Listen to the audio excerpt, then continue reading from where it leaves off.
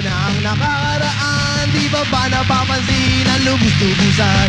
Sadya bang ganito o bulag-bulagan? Tila ba iba o talagang ganyan? Kung papansinin ay iyong makikita ang maling sistema na tama sana.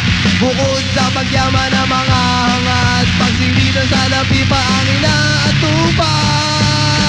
Hoy!